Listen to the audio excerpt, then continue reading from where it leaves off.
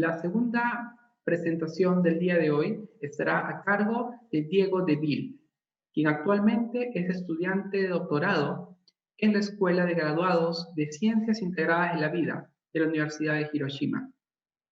A continuación, Diego nos va a exponer sobre su tema de investigación que titula Variación morfológica y genética del pejerrey Odontestes regia a lo largo de la corriente de Humboldt. Por favor, Diego, la palabra es tuya. Hola, bienvenidos. Mi nombre es Diego Deville. Soy biólogo con mención en hidrobiología y pesquería, egresado de la Universidad Mayor de San Marcos. Cuento con un magíster o una maestría en el programa de biorecursos de la Universidad de Hiroshima y actualmente soy candidato a doctor en el mismo programa de la misma universidad, ¿no? Quiero primero agradecer de antemano a la PEJA por la invitación al evento. Básicamente lo que voy a hablar en esta presentación es acerca del primero el proyecto de maestría que realicé, eh, un proyecto en el que estuve como involucrado en medio y finalmente acerca del proyecto de doctorado que vengo realizando. Primero acerca del proyecto de maestría, como ven, el proyecto fue titulado Variación morfológica y genética del pejerrey a lo largo de la corriente de Humboldt, ¿no? Bueno, para empezar hablando del proyecto, primero tenemos que hablar de la corriente de Humboldt, las características internas de este sistema. La corriente de Humboldt se distribuye, bueno, va desde el norte de Perú, más o menos el grado 4 o 5, hasta el grado 42 en el sur de Chile. Este sistema o la corriente de Humboldt presenta intensidad de afloramiento no uniforme a lo largo de su distribución, por lo que ha sido dividida en tres sistemas o tres partes. Primero, el subsistema norte, que es permanentemente productivo, con esta temperatura superficial y esta salinidad. Va desde el norte de Perú hasta más o menos Ica. El segundo subsistema, el subsistema centro, que es menos productivo, pero todavía permanente, que tiene una temperatura menor, por así decirlo, y esta salinidad se va desde el centro de Perú hasta el norte centro de Chile. Y finalmente un subsistema sur, que es estacionalmente productivo, con temperaturas y salinidades menores, que va desde el centro de Chile, más o menos el grado 33 hasta el grado 42, ¿no? Esta dinámica espacial de la corriente de Humboldt tiene una variación interanual promovida por el Niño, la oscilación sur del Niño o la oscilación sur del Pacífico, ENSO, cuya fase cálida, el Niño, trae aguas cálidas desde el Ecuador, que son poco oxigenadas, hasta el subsistema centro, perdón, norte y centro, ¿no? Hay dos niños que menciono aquí, que son el Niño 2015-16 y el Niño costero del 2017. Ahora, en cuanto a las características externas de la corriente de Humboldt, primero tenemos que hay una discontinuidad térmica costera alrededor del grado 30. Hay dos límites biogeográficos bien marcados, uno en el grado 30 y otro en el grado 42. Y la plataforma continental entre el grado 25 y 32 es escasa o muy angosta. Ambas características internas o externas son factores importantes que promueven o han promovido diferencias morfológicas y genéticas en especies de invertebrados.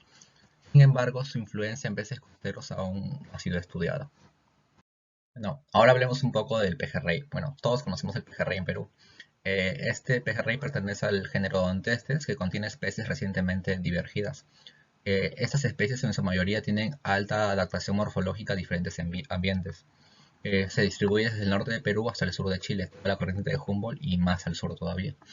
Tiene largos periodos de reproducción, desde septiembre hasta más o menos febrero, se puede decir, y soporta una actividad pesquera importante que es afectada negativamente por el niño, ¿no? Por esos factores nosotros escogimos esta especie, ¿no? En cuanto a materiales y métodos, pues fuimos de colecta. A la colecta consideramos un enfoque espacial. Primero, el lugar con mayor presencia de aguas cálidas, que es el norte de Perú. Los tres subsistemas, ¿no? El norte, centro y sur. Muestras al norte y sur del grado 30 de este quiebre, ¿no? Y los extremos de distribución de la especie en la corriente de Humboldt, ¿no? El norte de Perú y el sur de Chile. En el enfoque temporal colectamos muestras en el sistema norte y centro en diferentes años 2013, 14, 15, 18 y al mismo tiempo colectamos muestras en el verano de 2018 en toda la corriente de Humboldt, ¿no?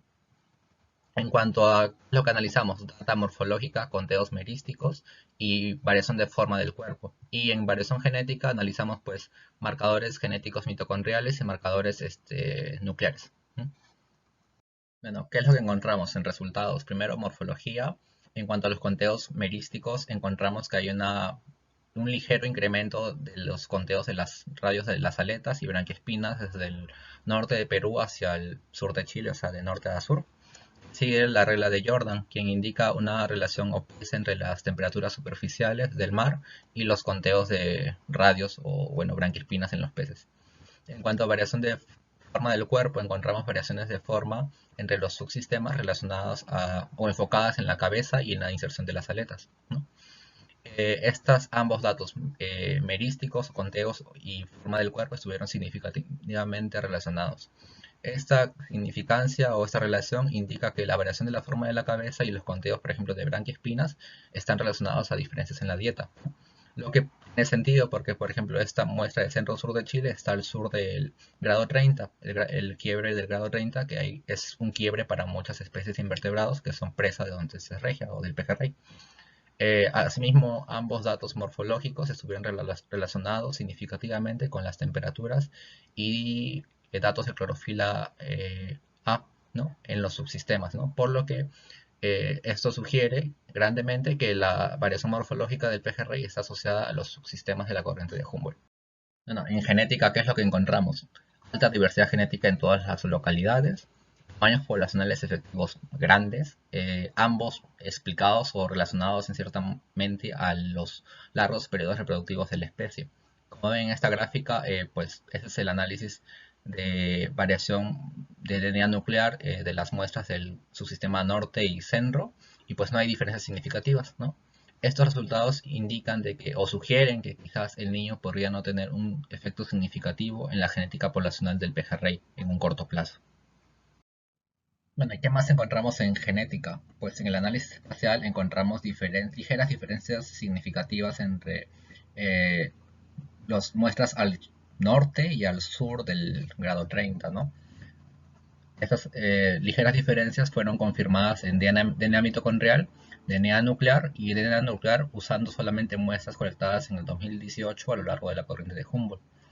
¿Qué factores promoverían estas diferencias o explicarían las discontinuidades costeras térmicas que están asociadas al grado 30, eh, la variación en la intensidad del viento y por tanto de afloramiento que promovería la retención de larvas alrededor de este lugar, ¿no? Y la escasa y angosta plataforma continental entre el grado 25 y 32, ¿no? Lo cual trae como consecuencia una escasez histórica de desembarques o de presencia de poblaciones entre el grado 25 y 30, ¿no? Del pejerrey, justamente en una zona donde no encontramos muestras y donde no hay muestras. Bueno, ¿qué es lo que concluimos en el proyecto de maestría? Que las diferencias morfológicas están asociadas a la distribución espacial de los subsistemas de afloramiento de la corriente de Humboldt. Hay altos valores de diversidad genética y grandes tamaños efectivos poblacionales que están relacionados a los largos ciclos reproductivos de la especie. La homogeneidad genética interanual de las poblaciones del centro y sur de Perú o del subsistema norte y centro podría sugerir una influencia no significativa del niño en un corto plazo. Y las ligeras diferencias genéticas espaciales están asociadas al quiebre del grado 30. Bien, bueno, sugerimos que las diferencias morfológicas deben considerarse para el manejo pesquero de esta especie en Perú, porque esta variación morfológica va de acuerdo a la variación ambiental de la corriente de Humboldt, ¿no? Que es más rápida que la variación genética. Bueno, ahora voy a hablarles un poco de un proyecto intermedio en el que estuve involucrado entre, bueno, maestría y doctorado, que básicamente consistía en hacer pruebas de paternidad de larvas de, bueno, de este lenguado aquí en la bahía de Hiroshima. Bueno, básicamente los objetivos del proyecto eran los siguientes. Primero, mejorar el estado poblacional de la especie mediante introducción de larvas procedentes del criadero.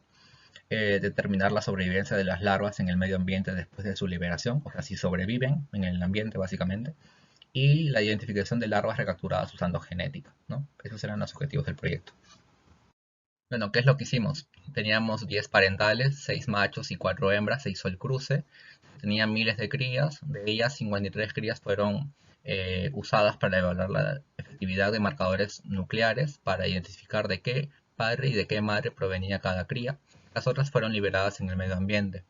Eh, Luego, durante un mes, se hizo captura de larvas en la bahía, para ver un total de 204 para ver si había larvas que provenían del criadero y cuáles provenían del medio ambiente, ¿no? resultados, probamos 18 marcadores nucleares y de los cuales 51 crías fueron asignadas a un padre y una madre de 53, o sea, es 97% de asignación, mientras que de las 204, 11 solamente provenían del criadero. Lo que vamos a hacer en este proyecto, o se va a seguir haciendo, es comparar la diversidad genética del criadero con la del ambiente y repetir el experimento en este año, ¿no? Ahora, acerca del proyecto que vengo realizando para doctorado, este es titulado Variación morfológica y genética de especies de Mevaru, que pertenecen a este género Sebastes. ¿Qué es lo que sucede con este género o estas especies? Hay tres especies en la bahía de Hiroshima. El primero es el Mevaru rojo, el Mevaru negro y el Mevaru blanco. Estas son las especies, ¿no?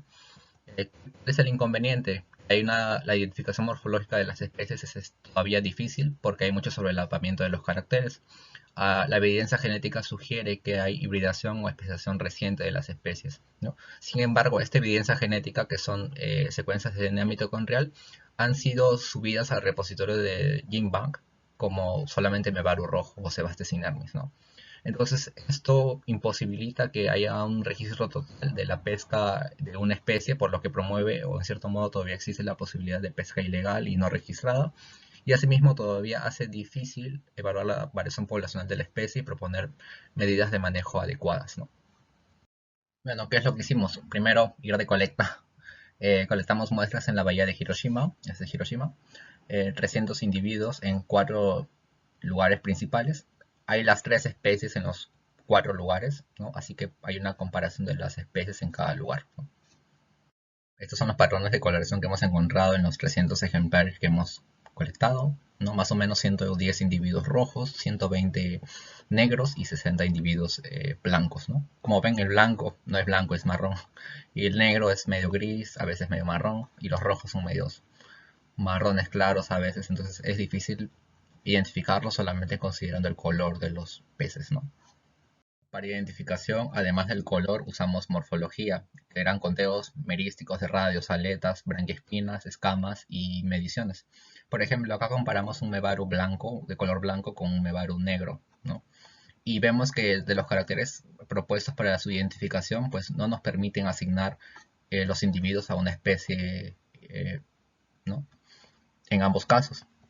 Entonces, en el total de 300 encontramos que solamente hay 95 rojos, 95 negros y 35 blancos.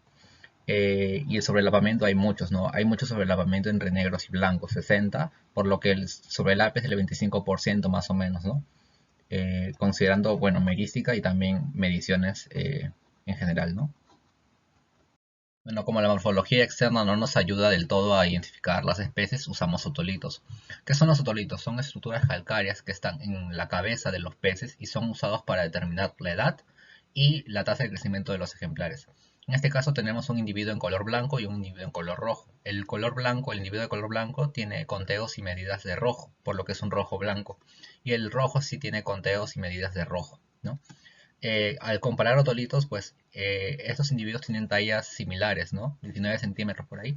Pero el blanco solamente tiene 3 años, mientras que el rojo tiene 8 años. Entonces podemos decir que los individuos blancos crecen más rápido que los rojos. Comparamos el tamaño y el peso de los otolitos de las tres especies y pues vimos que los otolitos blancos son más pesados y más grandes que los rojos y los negros a la misma edad, ¿no? Por ejemplo, individuos de 5 años blancos están aquí, mientras que los negros aquí y los rojos más abajo. Individuos de 4 años aquí y aquí los negros, ¿no? Y así. 8 años blanco, 8 años rojo. Entonces, puede ser una herramienta útil para la identificación de las especies, ¿no? El uso de otolitos. Bueno, si bien es cierto, el uso combinado de morfología externa con otolitos puede ayudarnos a identificar la especie, usamos también genética, ¿no? Como complemento. Usamos marcadores nucleares para evaluar la presencia de grupos genéticos entre las tres especies y solamente encontramos dos grupos genéticos. Un grupo asociado al negro y otro asociado al blanco y al rojo, que son el mismo grupo básicamente. Usamos estas herramientas para identificar o clasificar individuos con sobrelapamiento morfológico y asimismo evaluar la presencia de híbridos. Los híbridos fueron clasificados cuando la probabilidad de pertenencia a un grupo, ya sea naranja o negro, es del menor al 75%, ¿no? En este caso probamos primero individuos con sobrelapamiento, con no sobrelapamiento, perdón, individuos negros son genéticamente negros, individuos blancos, en la mayoría de casos son blancos, pero también hay individuos negros y también hay individuos híbridos, ¿no? Por ejemplo, este de aquí. En individuos con sobrelavamiento probamos 35 ejemplares y la mayoría eran negros, había otros que eran blancos y solamente un híbrido, ¿no?